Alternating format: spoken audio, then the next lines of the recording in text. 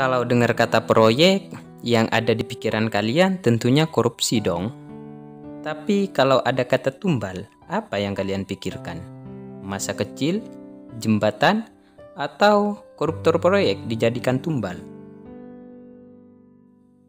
Bagi kita, istilah tumbal proyek sudah tidak asing. Konon katanya, mitos mengenai tumbal dilakukan agar proses pembangunan menjadi lancar dan kuat. Dan kabar yang beredar, tumbal proyek berlaku untuk konstruksi pembangunan. Jika tidak ada tumbal, kabarnya suatu proses pembangunan akan terhambat dan banyak mengalami masalah. Mirip-mirip kehidupan lah. Buat kalian yang hidupnya tidak mau banyak masalah, ya nyiapin aja tumbal. Kalau disuruh nostalgia masa kecil dan ditanya hal apa yang pertama diingat, tentunya isu penculikan dong.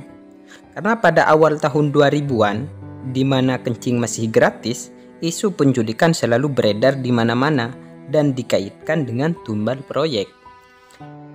Dan kebetulan, pas saya masih SD, lagi marak-maraknya pembangunan daerah, termasuk jembatan yang menghubungkan antar wilayah, seperti Suramadu, yang katanya meminta 10 kepala, entah kepala sapi atau kepala kambing, saya juga belum tahu. Dan cerita ini selalu ada dari mulut ke mulut.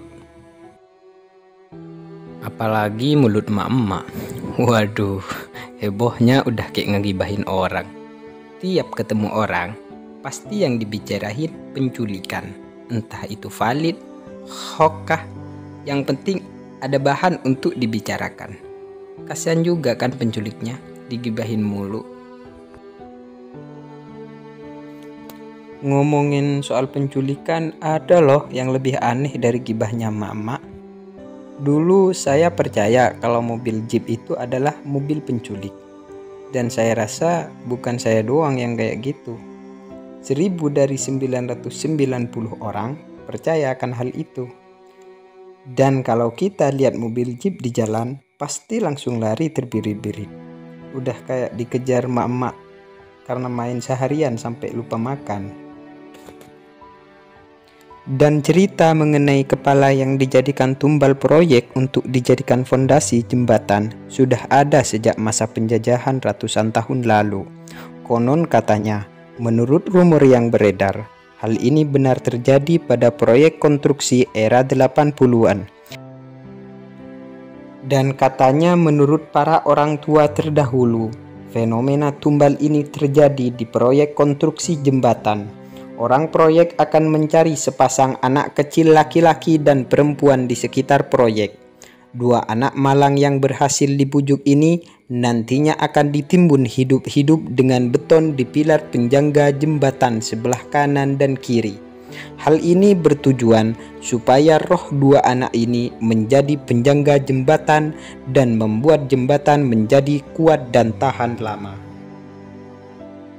Dan katanya selanjutnya, tumbal proyek itu dijadikan sesaji bagi jin penunggu. Bila ada bangunan besar atau jembatan, biasanya ada jin penunggu. Tumbal kepala yang dijadikan pondasi itu diyakini bila bangunan besar, kalau tidak ingin cepat roboh atau langsung mendapatkan keuntungan besar, maka harus memberikan kepala manusia kepada Lord Jin penunggu. Dan masih banyak lagi katanya-katanya lainnya yang menceritakan tentang tumbal proyek ini. Dan cerita ini tidak 100% benar, karena cerita ini hanya diambil dari cerita mulut ke mulut. Karena tumbal proyek tidak pernah ada di buku sejarah. Jadi untuk kalian yang mau percaya atau tidak dengan cerita ini, ya terserah kalian. Karena saya sendiri tidak tahu juga apakah emang kenyataannya di zaman dahulu setiap pembangunan jembatan di Indonesia memerlukan kepala manusia atau tidak.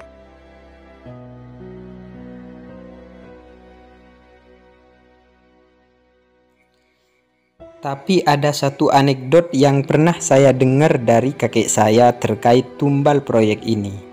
Pada zaman dahulu, sewaktu Indonesia masih dijajah oleh Belanda, pemerintah kolonial gencar membangun infrastruktur modern di negara ini. Bangunan-bangunan infrastruktur karya insinyur-insinyur Belanda terkenal akan kekokohan dan keawetannya. Dan semenjak negeri ini merdeka, masyarakat Indonesia mulai mengambil alih peran insinyur-insinyur Belanda dalam pembangunan infrastruktur. Sayangnya, karena kurangnya kompetensi dan pengalaman masyarakat kita dulu dalam pembangunan infrastruktur, bangunan yang selesai dibangun banyak yang rusak dan tidak bertahan lama. Lalu masyarakat kita bertanya pada orang Belanda, bagaimana cara membangun infrastruktur yang kokoh dan awet?